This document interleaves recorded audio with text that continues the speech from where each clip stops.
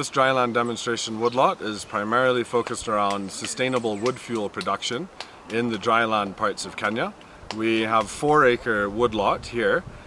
We have over 18 species of indigenous trees, another 5 species of exotic trees, and we also do a little bit of grass integrated farming as well. Being the outskirts of Nairobi, it's starting to develop. There are a lot more factories, there's a lot more industrial greenhouses coming up.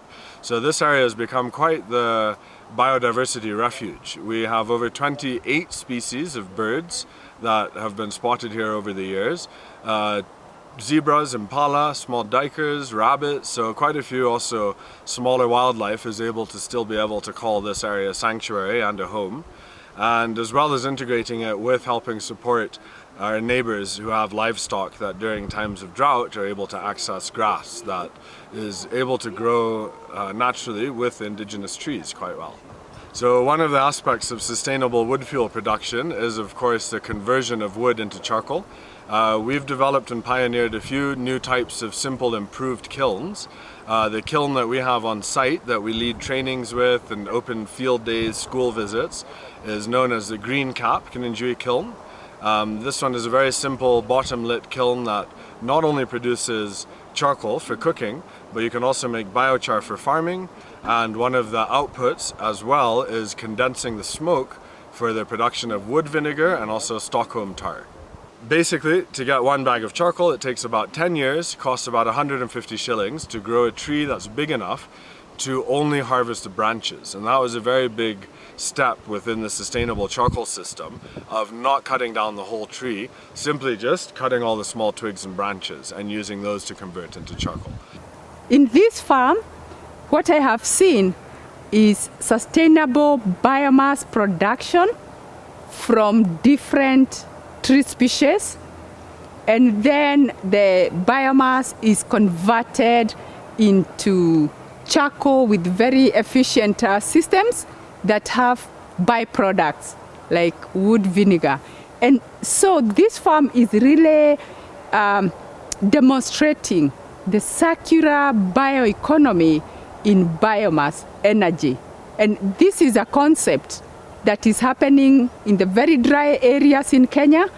And so if it is to be adapted by the different county governments, especially in Kenya, that are the ones who are the main sources of charcoal, then as a tree product, charcoal would be able to sustain livelihoods in a very resilient way.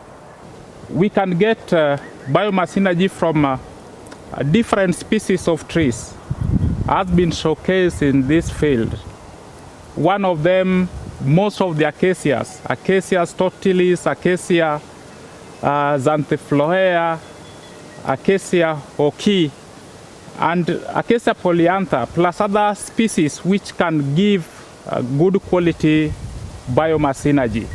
The size of charcoal that goes into a cooking stove is small as this, and this tells us what kind of spacing should we use to produce a charcoal of this size. We can plant trees as close as possible to increase the amount of biomass that we get to produce a charcoal, and instead of cutting the whole tree, you can indeed get just cut branches and use it to produce energy. Apart from producing the wood that they can use for firewood and even for making charcoal, they also produce these small prunings which cannot be used for charcoal production. They can be carbonized to make charcoal dust, and this charcoal dust can be used to make briquettes or used as biochar for soil amendment.